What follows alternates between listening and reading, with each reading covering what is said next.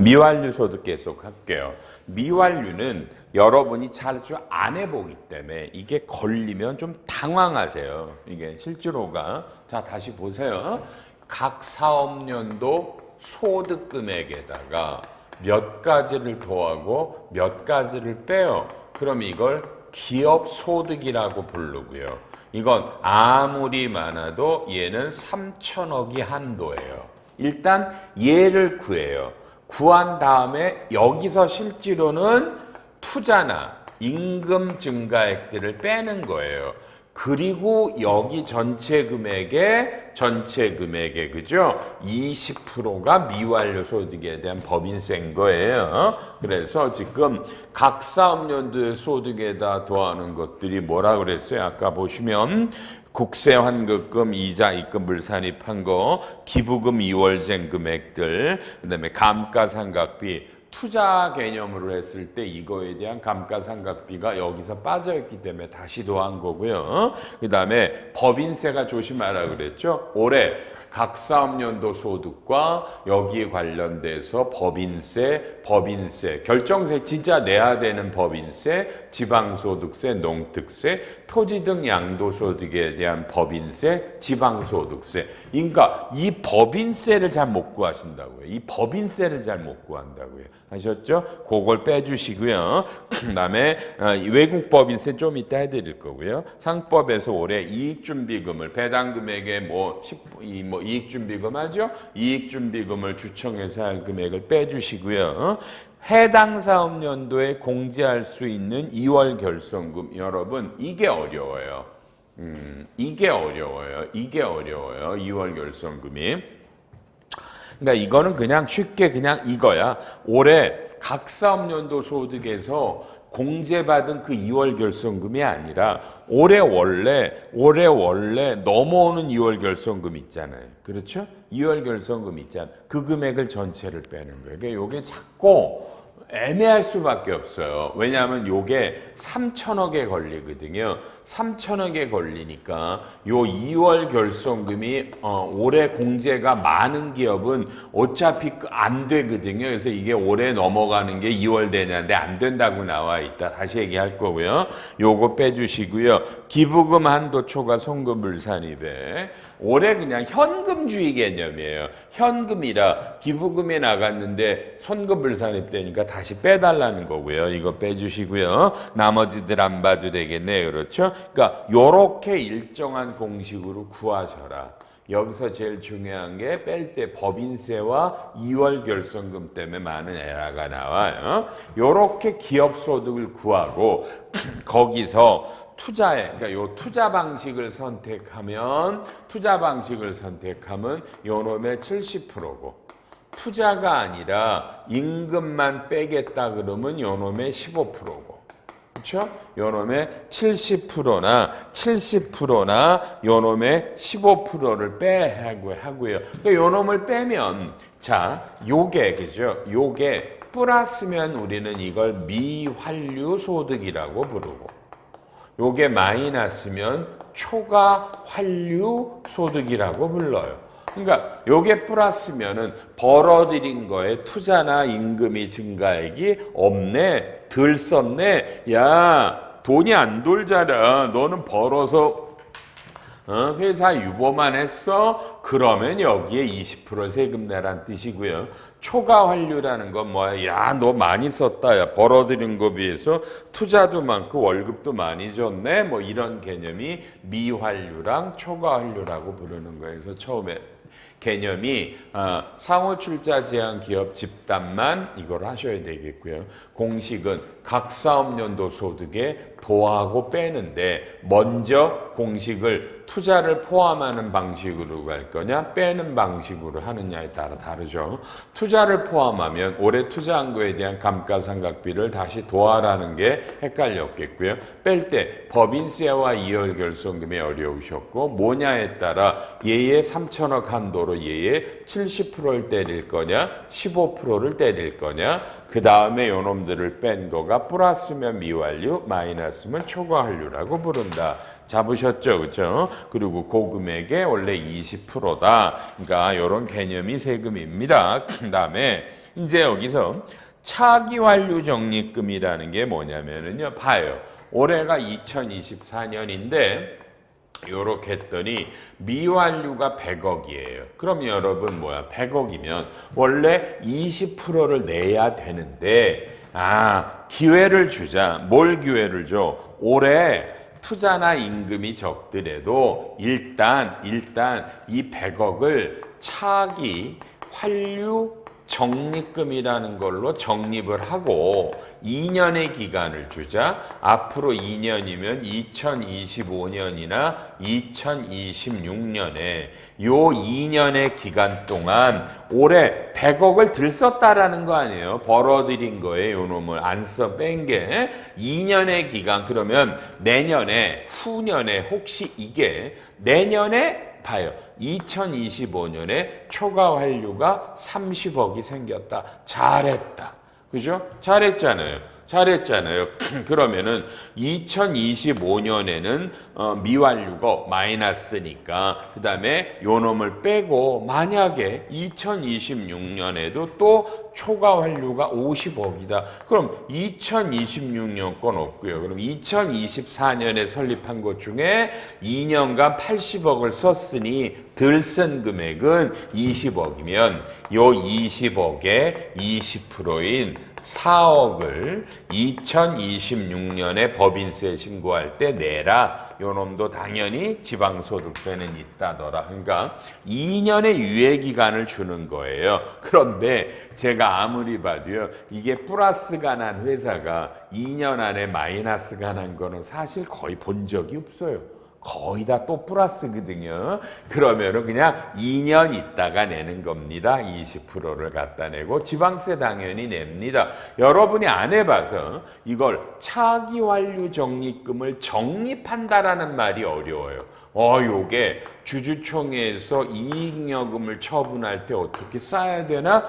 여러분 이거 5초만 생각해 주세요.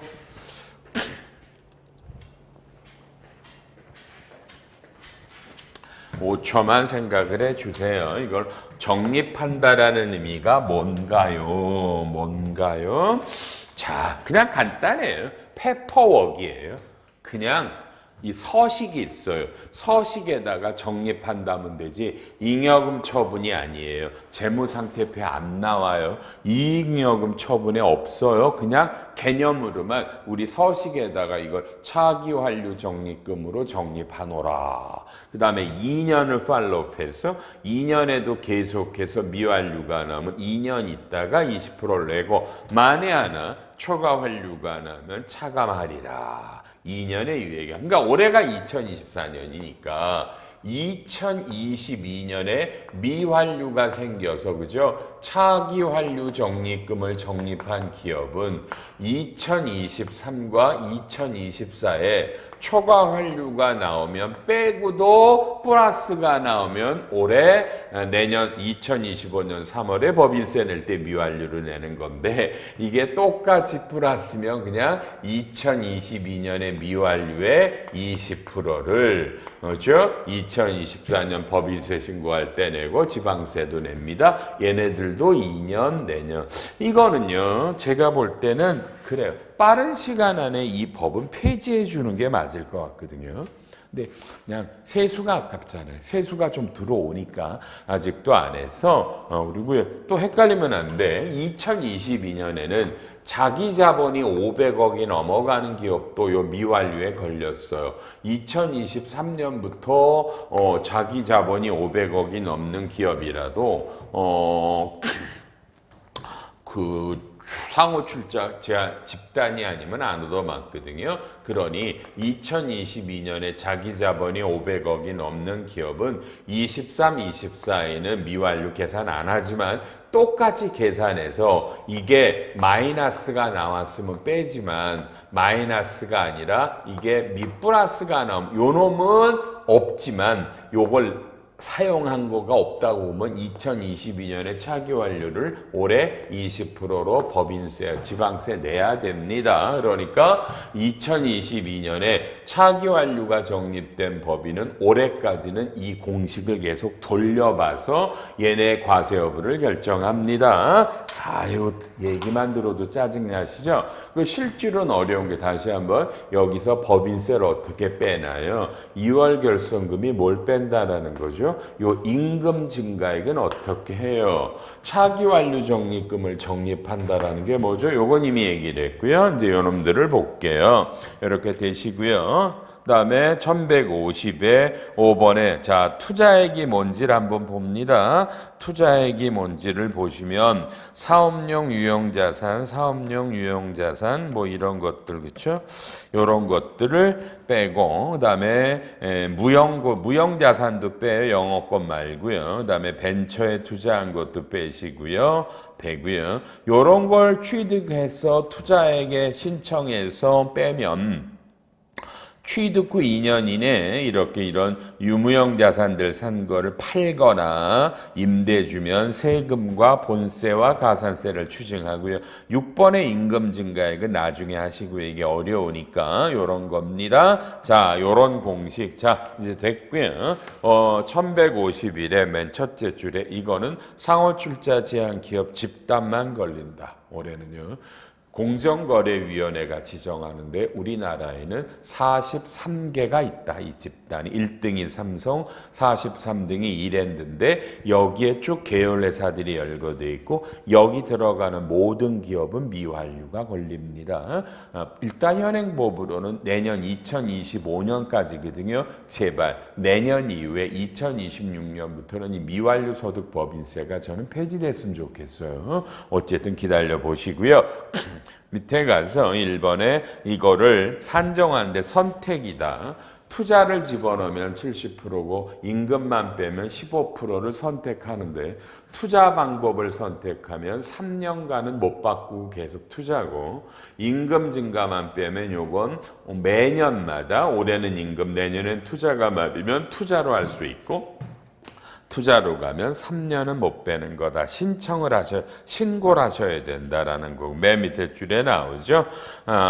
둘 중에 하나를 선택해서 하십니다. 투자는 3년간 못 바꿉니다. 넘기셔서 무신고가 뭐냐면요. 가끔 본인 회사가 상호출자 제한 기업 집단이라는 거를 몰라요. 나중에 얻어맞으면 과세관청이 때릴 거 아니에요. 때릴 때 둘 중에 이 회사에 유리한 거를 적용해서 미완류를 계산해 달라는 얘기가 써 있고요. 기업소득은 아무리 많아도 3천억까지밖에 안 때리는 건 3천억이 넘어가면 과표가 24% 세율이 걸리기 때문에 3천억만 때리고요. 가산하는 항목이 있고요. 그렇죠? 그 다음에 차감하는 항목이 제일 중요하다. 그렇죠, 여러분요? 1번에서 해당 사업연도의 법인세, 가로 안에 내국 법인이 직접 납부한 외국 법인 세액으로서 손금에 산입하지 아니한 금액과 세액 공장이 대상이 되는 외국 납부세, 간접 외국 납부세액을 포함합니다. 거기에 농특세, 지방소득세가 나옵니다. 그렇죠? 나옵니다. 아이고야. 이거 어려워 죽겠네요. 맨 밑에 동그라미 1번에 미음 갑니다. 미완류 소득할 때 차감하는 법인세는 토지 등 양도소득에 대한 법인세가 포함하지 않습니다. 제가 좀 전에 미친 것 같네요. 그죠, 여러분요? 자, 지금 각 사업연도 소득금액에서 법인세를 빼는데 죄송합니다. 제가 헷갈렸네요. 어저께 밤새고 공부했는데 이 법인세는 각 사업연도 소득금액에 대한 법인세, 그죠? 우리가 법인세로 픽스된 결정세액, 이 세액공제 감면 때문에 나왔던 20% 농특세, 여기에 대한 지방소득세입니다.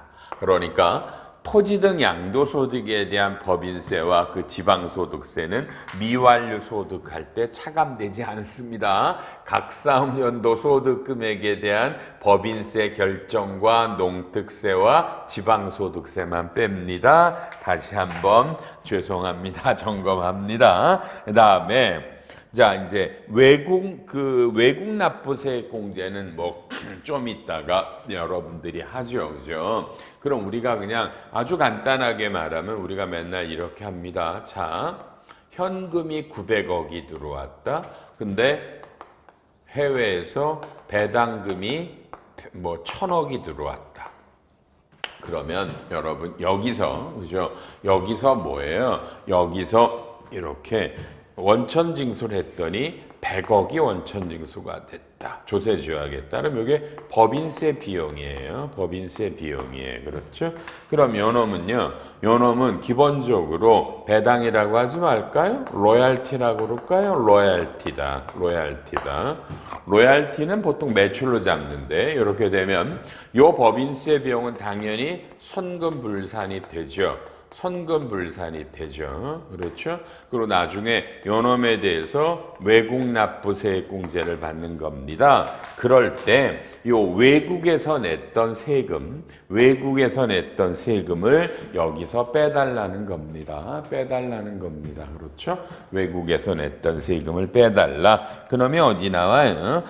디귿에 가면 내국 법인이 직접 납부한 외국 법인세 손금에 산입하지 아니하는 거. 손금을 산입됐죠. 외국에 낸 겁니다. 외국 납부세 공제 초과액을 포함합니다. 그럼 이게 뭐야? 외국에 냈던 거는 100억인데 실제로는 여기 한도가 만약에 60억이면 실제로 외국 납부세 공제는 60억만 공제가 되거든요. 60억만 공제가 되는데 그래도 외국에다 냈던 세금 100억을 다 빼주라. 그러니까 현금주의 개념이 강하다니까요. 현금주의 개념이 실제로 법인세법에서 외국 납부세 공제는 한도만 받지만 여기서 빼는 거에는 그냥 전액 다 외국에다 낸 거를 빼달라는 겁니다. 빼달라는 겁니다. 됐고요. 그 다음에가 리을에 가서 셋째 줄에 다른 사업연도에 대한 법인세 환급이나 추납도 여기에는 해당하지 않습니다. 그러니까 올해 24년에 2021년 세무조사를 받아서 세금을 냈다. 해당되지 않아요. 그러니까 올해 2024년분 각 사업연도 소득에 따라 법인세로 내야 될 돈과 농특세와 지방세와 외국에다 냈던 세금 요놈들을 빼달라는 겁니다. 요게 좀 어렵네요. 어렵네요. 그렇죠? 그 다음에 넘어가셔서요. 다음 페이지 4번에 2월 결손금이 어려워요. 여기서 요 각 사업연도 소득에서 뺄 때 2월 결손금을 빼는데 문구가 뭐라고 돼 있어요?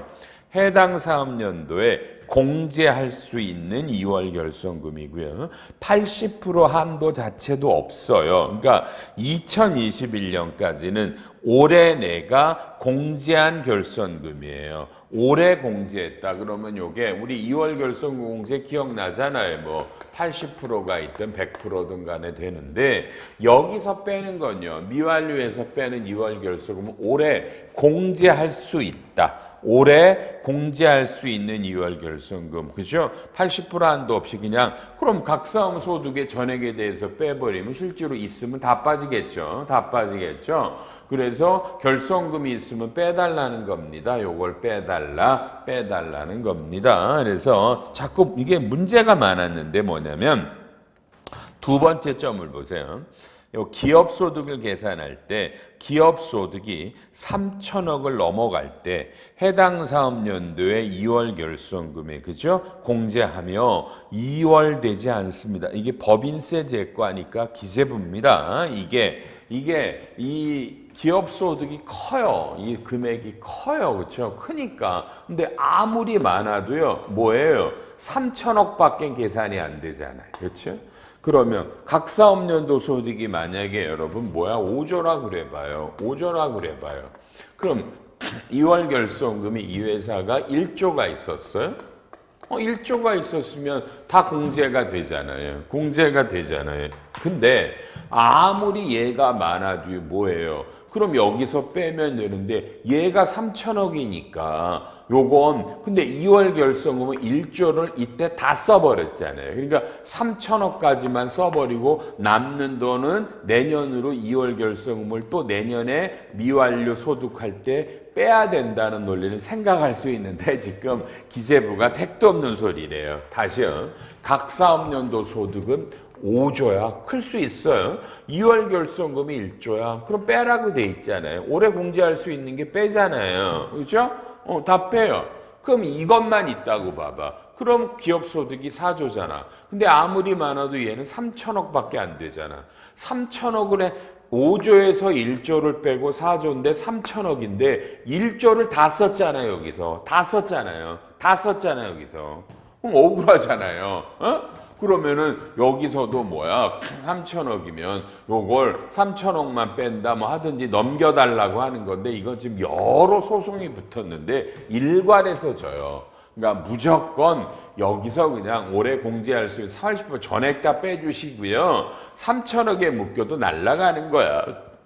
이게 날아가는 거야. 여러분이 이게 대기업만 있어서 그래. 헷갈리시면 안 돼요. 요게 굉장히 많습니다. 올해 사례 2월 되지 않습니다. 라고 되어 있습니다. 그래서 기업소득을 구해내셨고요. 그래서 이제 여러분이 투자를 선택할 거냐 임금을 할 거냐에 따라 투자면 요놈의 70%에서 빼고 이 아니면 임금이면 15고 투자를 선택하면 올해 투자한 거에 감가상각비를 더했다라는 거 기계적으로 접근해 주세요. 기계적으로요. 그렇죠? 이제 뭐뭐가 어려웠다라는 것들이 있으십니다. 그럼 이제부터 오른쪽에 투자는 뭐냐? 아까 했습니다만 투자는 1번의 넷째 줄에 투자가 사업년도마다 이루어질 때는 해당 사업년도에 실제 지출한 금액 투자가 올해 쭉쭉이요. 올해 나간 거를 투자를 빼달라는 얘기고요. 그 다음에 가로 1번에 사업용 자산 밑에 보시면 뭐 기계나 이런 것들을 말합니다. 해당되는 걸 빼주시고요. 1156에 뭐예요? 임금이래 무형 자산들 디자인 상표권입니다. 미음에 개발비도 있네요. 영어권은 안 돼요. 영어권은 아닙니다. 제가 영어권 여러 번 얘기 드렸죠. 영어권 안 되시고요. 요런 걸 해서 이게 투자고, 그러니까 투자를 선택하실 거냐 아닐 거냐를 해달라는 얘기입니다. 특히 계속 투자가 이루어지고 있으면 생각해 보세요. 아직 완성이 안 되면 감가상각비는 더할 것도 없는데 뭐 그냥 여기서 빼버리면 이게 유리할 수 있겠죠. 그렇죠? 그리고요. 다시 말하면 이건 3천억인 한도로 하니까 대기업은 콧방귀도 안 껴요. 이 세금에 대해서는. 실제로 그냥 어선풀한 기업들이 문제가 되는 겁니다. 다음에 가서 됐나요? 1157에 벤처기업에 투자한 거, 벤처기업에 여러분이 주금을 납입한 거, 자본금이라든지 증자할 때 납입한 거는 투자로 들어갑니다. 이제 임금 증가가 어려워요. 자, 시간. 한 30초 드릴까? 여러분 마음대로 읽어보세요. 저 보지 마시고요. 1157에 자 올해 미완료 소득을 구할 때 기업소득에서 올해 임금이 전년도보다 더 많이 주면 빼라는 거거든요. 빼고 금액이 플러스냐 마이너스니까 임금 증가액을 어떻게 구하는지 여러분 제가 30초 1분 드릴게요. 그냥 아무 생각하지 말고 시작 읽으세요. 1157 빨리빨리 읽으세요. 읽으세요.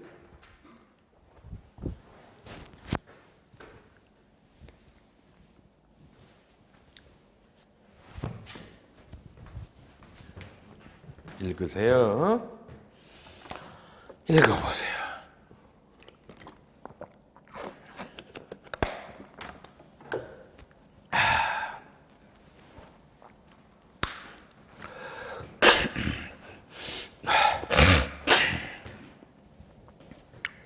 읽어보세요.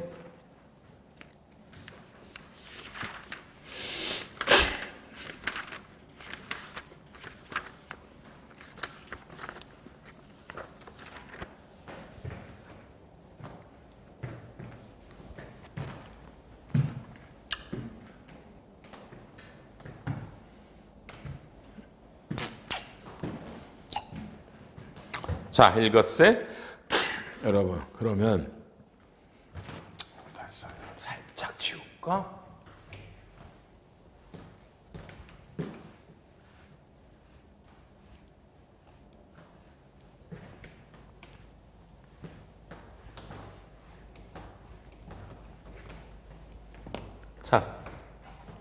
그냥 천천히 보세요. 동그라미 1번. 상시 근로자가 임금이 증가했대요. 1번이에요. 상시 근로자가 누군지 몰라도 이 사람들이 임금이 늘어났대요. 그러면 이 금액을 기업소득에서 빼달라는데 기억이 나오네요. 올해 상시 근로자가 전년도의 상시 근로자보다 증가하지 않았어요. 그럼 1번이 뭐예요, 여러분요? 자, 2024년에 상시 근로자의 수가 전년도보다 줄었어요. 그럼 먼저 요 상시 근로자가 뭔지는 한 장을 넘겨 보시면 1158페이지에 나오죠. 상시 근로자란 근로계약을 체결한 근로자를 말하는데, 그죠?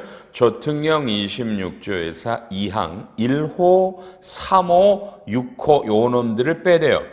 이건 1호와 3호만 알면 돼요. 여러분 1호가 임원이고요. 3호가 우리 회사의 최대 주주와 엔드 이 사람들의 친족이에요. 자, 잡으셨죠? 봐요. 상시 근로자는 여러분 회사의 임원은 여기 안 걸려요. 임원은 등기 미등기를 안 따져요. 등기든 미등기든 다 안 돼요. 다 빼고요. 그다음에 우리 회사의 주식이 제일 많은 최대 주주와 그 엄마, 아빠, 아들, 딸, 배우자들, 친족은 아니야. 그러니까 이 사람을 뺀 상시 근로자 수니까 우리 맨날 하죠. 맞죠? 그죠? 여러분 뭐야? 1월부터 12월, 월말에, 그죠? 매월 말 근무하는 사람의 수를 더한 거를 이걸 12로 나눈 게 상시 근로자 수입니다.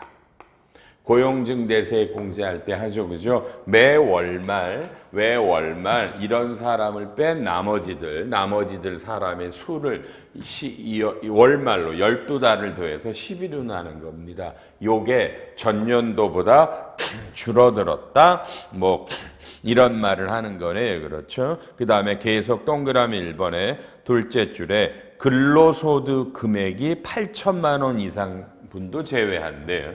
죽이네요. 자, 여기서 책 그대로 쓰면 근로소득 금액이 8천만 원이 안 넘는다 이거죠. 근데 제가 여러분 한 장 앞에 보시면 한 장 앞이란다. 여러분에게 제가 요렇게 하나 추록분해 보시면 제가 또 요렇게 하나 요걸 써드렸죠. 여러분들 다 붙이세요. 어저께 만들어서 제가 사이트에 올려달라고 한 거예요. 자, 그럼 여기 이제 설명을 다시 해요. 헷갈리시면 안 된다. 여기서 이 근로소득이라는 거는요, 금액자 따지지 말고요. 원래는 근로소득의 금액인데, 법의 용어를 보면 여러분, 요 놈이 뭐냐면, 소득세법 20조 1항 1호, 2호예요. 요게 근로소득의 정의예요. 이건 죽어도 잊으시면 안 돼요, 여러분요. 소득세법 20조 1항이 이게 근로소득이에요. 그럼 요거는 칠판 잠깐 볼게요. 연말정산을 배우시면 근로소득에서 비과세를 빼고, 그렇죠? 그러면 이게 총급액이에요. 그러니까 지금 여기서 요 근로소득이 소득세법 20조라고요. 그러니까 이 근로소득이라는 요 정의에는 모든 비과세가 포함된 금액이에요. 그러니까 법을 읽으실 때 소득세법 20조 1항이다 그러면요. 그죠? 외우셨어요? 비과세가 포함된 금액이에요. 그러니까 법에 가면 가끔 소득세법 20조 1항에 1, 2호입니다. 근데 가로 안에 비과세는 제외합니다. 이렇게 나가면 이런 문구가 법에 있어요. 그러면 이건 비과세를 뺀 총금액이고요. 그냥 소득세법 20조 1항 2호입니다. 라고 말하면 이거는 모든 비과세가 포함돼요. 여러분 잘 알잖아요. 자가운전 보조금 20만 원, 그 다음에 점심값 20만 원 여러분 이런 거 있죠? 그게 다 포함된 용어고요.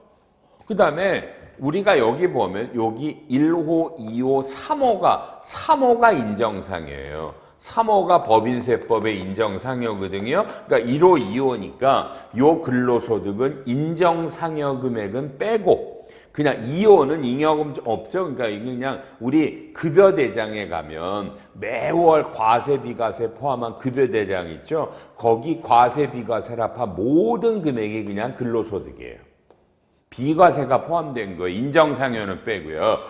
그러니까 금액자가 들어가면 총급여액에서 근로소득 공제를 뺀 놈이 요 놈이 근로소득 금액이야. 그러니까 이놈이 아니라고요. 지금 이놈이 8천이 아니라 이놈 비과세까지 다 포함한 금액이 8천만 원이 넘는 분은 여기서 빼야 된다. 그러니까 이 상시근로자를 따질 때 임원 빼고 최대주주 친족들 빼고 요 과세 비과세 토탈 근로소득 금액자 빼고 이거 원래 근로소득의 금액이에요. 그러니까 요 놈이 비과세가 포함된 금액이 8천만 원 넘어간 사람은 빼라가 상시근로자고 이런 사람을 뺀 매 월말의 수를 더해서 11로 나는 게 수가 이게 이거보다 적었다. 그죠? 이거보다 적었다. 사람이 줄어들었는데 오히려 임금은 증가할 수 있어요. 맨 밑에 동그라미 5번에 보세요. 임금 증가 이게 올해 개정된 거예요. 임금 증가액은 해당 사업연도에 매 월말 상시 기준 근로자에게 준 소득세법 20조 1항 2호의 근로소득 금액의 합계입니다. 그러니까 지금 여러분은 이걸 먼저 구했죠. 우리 회사 근로자 중에 임원 빼고 최대주주 빼고 이분들의 친족 빼고 요 근로소득이 8천만 원 넘어가는 사람 뺐죠. 그죠? 뺐죠. 그 다음에 사람 수를 구하는데 전년도보다 사람 수는 줄어들었어. 그런데 그러니까 이 사람들에 대해서 이걸 봐요. 매 월말이라고 써 있죠. 매 월말 기준으로 매 월말 기준으로 상시근로자에게 준 이 근로소득. 그러니까 요 올해 매월 말이라는 게 올해 2024년 개정세법이에요. 그러니까 이게 연도 중에 사람이 계속 퇴직을 하잖아. 10일 날 퇴직했다, 20일 날 퇴직했다. 월 중에 퇴사한 걸 따지지 말라고요. 이해했어요? 왜냐하면 아까 우리가 요 수를 계산할 때 1월 말, 2월 말 이런 사람 수를 12개를 더해서 11으로 나눴죠. 그러니까 월 중에 퇴사한 사람 것 말고 월별이 아니라 월말에 이런 사람들을 뺀 근로자에게 준 금액이 요 근로소득, 요 금액이 2024가 2023보다 늘었다. 그럼 이 금액을 임금 증가액으로 빼줘라는 얘기예요. 1번. 그러니까 1번은 사람이 전년도보다는 오히려 줄었어요. 그랬는데 임금은 더 늘었어요. 그럼 늘어난 금액을 여기서 빼달라는 거고요. 상시근로자를 구할 때 임원 빼고 최대주주 친족 빼고 근로소득 요거 다시 한번 그냥 급여대장에 나오는 금액, 과세, 비과세 포함한 거, 인정상여 빼고 요 금액이 8천 넘어가는 사람 빼고 나머지 사람들, 여기에 해당 안 되는 사람을 월말별로 12몇 명이 있었어. 도에서 11로 나눈 게 전년도보다 적어. 근데 월 중에 퇴사 놔두고 월말로 여기 상시근로자 해당하는 사람에게 줬던 요 금액들, 요 금액이 얼마야? 전년도보다 늘었어? 늘어난 금액은 빼주라가 1번이고요. 2번은 이제 2024년에 상시근로자가 2023년보다 클 때는 어떡하냐 이거죠. 클 때는 어떡하냐 이거예요. 그러면 다시 앞에 페이지로 와서 뭐라고 돼요? 동그라미 1번에 니은에 가면 해당 연도 상시근로자가 전년도보다 늘어났어요. 그럼 이게 기존 상시근로자 임금 증가 금액은 1.5를 때리고요. 신규 상시근로자 임금 증가액은 이 2배를 때리는 거예요. 2배를 때려요. 주 1번에 기존 상시근로자 임금 증가액은 해당 연도 상시근로자 임금 증가액에서 신규 상시근로자 임금 증가액을 빼는 거예요. 자, 계산할 때 뭘 구해야 돼요? 먼저 1번, 그죠? 올해 임금 증가액이 있었죠? 임금이 증가했어요. 그러니까 올해 요 월말별로 상시근로자에게 준 금액이 전년도보다 늘었어요. 늘었어요. 그럼 쉽게 해봐요. 그냥 아무렇게나 쓰면 되지 뭐. 올해는 이게 300억이 나갔는데 이런 사람을 뺀 매 월말 기준으로 준 게 300억인데 전년도에는 240억이다. 그럼 여러분 60억이 늘었잖아요. 이건 전체가 는 거죠. 이 전체가 는 걸 뭐와 뭘로 갈라져요? 기존 사람들이 는 거랑 신규 사람들이 는 걸 해보잔 말이에요. 왜요? 사람 수가 늘어났잖아요. 요게 뭐 200명인데 여기서는 뭐야? 160명이다. 그럼 여러분 사람 수가 늘었잖아.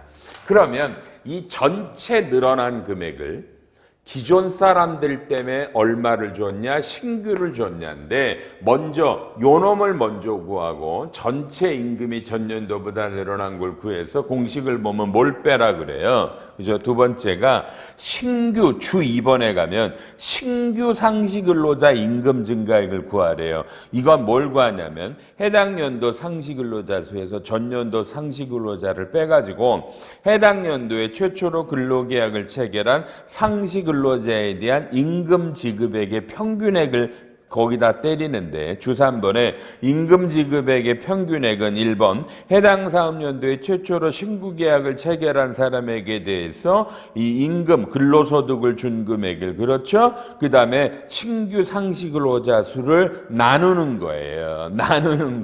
그러니까 여러분 봐요.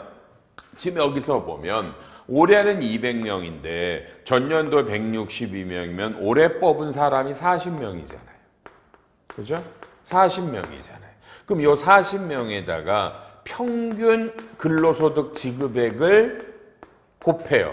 그럼 이게 전체 늘어난 것 중에 이게 신규 사업자의 임금 증가액이야. 그러니까 이 사람, 새로 늘어난 사람을 건별로 하는 게 아니라 먼저 전체 수를 비교하니까 올해 전기보다 40명이 늘었네. 그럼 요 평균 지급액을 어떻게 구하냐? 그럼 올해 신규로 뽑은 사람들에 대해서 올해 신규로 늘어난 사람에 대해서 요 근로소득을 준 거를요. 근로소득의 합계 요 놈을 갖다가 요거 매 월말로 올해 월말, 1월 말, 12월 말 해서 12달 동안 올해 새로 들어온 사람 있잖아요.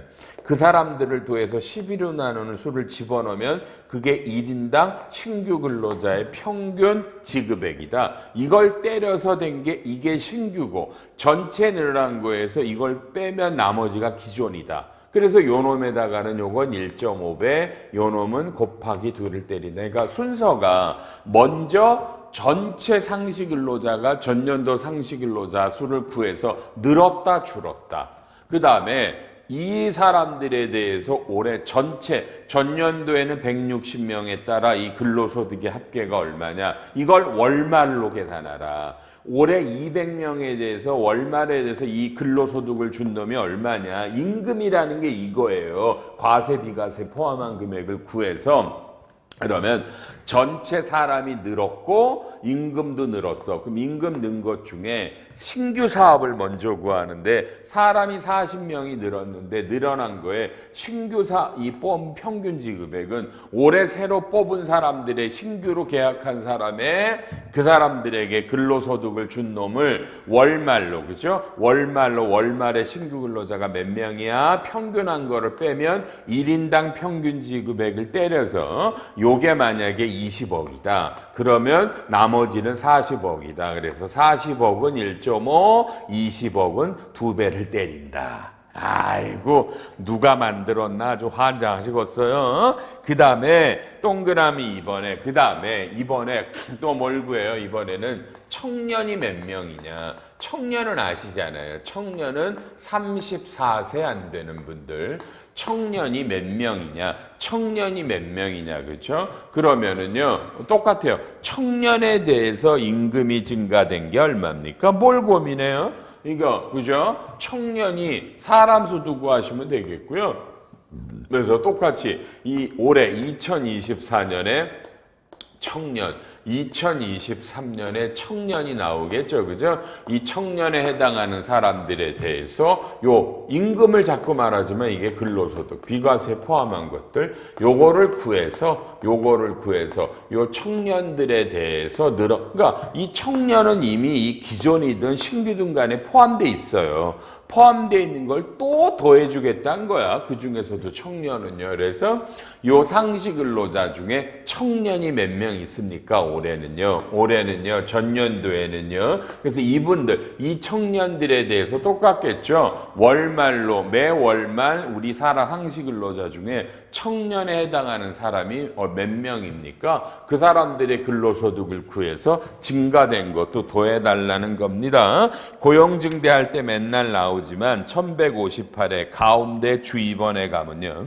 주 2번에 가면 임금 증가액을 구할 때 직전 연도 올해 하나라도 근로소득이 요 금액이 과세비과세 포함한 게 8천만 원이면 전년도 올해 모두 다 포함하지 않아요.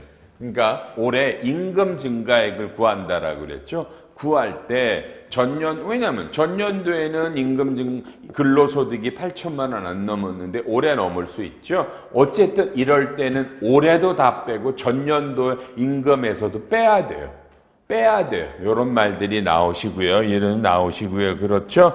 요런 말들 나오니 한번 읽어보셔서 어렵네요, 여러분이. 그러니까 이게 계산하기가 어려워서 제가 아까 말한 대로 하나하나 계산 공식처럼 넣어드렸어요. 보셔야 돼요. 핵심은 임금이라는 말이 소득세법 20조 1항의 1호, 2호 인정상여를 뺀 과세비과세를 전부 다 포함하는 금액. 그리고 이런 사람들을 빼고 이런 사람이 전기 대비 늘었다 줄었다. 근데 요게 8천이 넘어가냐 안 넘어가냐에 따라 다 빼라. 임금을 구하셔서 임금이 전체 늘어난 임금 증가를 올해 법이 바뀌어서 월말로 이런 사람에게 준 돈을 구해내라. 연도 중에 퇴사하지 말고 월말에 있는 사람들에 대해서 이래놓고 요 전체 증가를 신규와 기존으로 갈라서 1.5배, 2배 이 안에 들어가 있지만 청년을 또 구해서 늘어난 걸 더해주고 정규직 전환을 뺀다. 요런 것들이 임금 증가액이라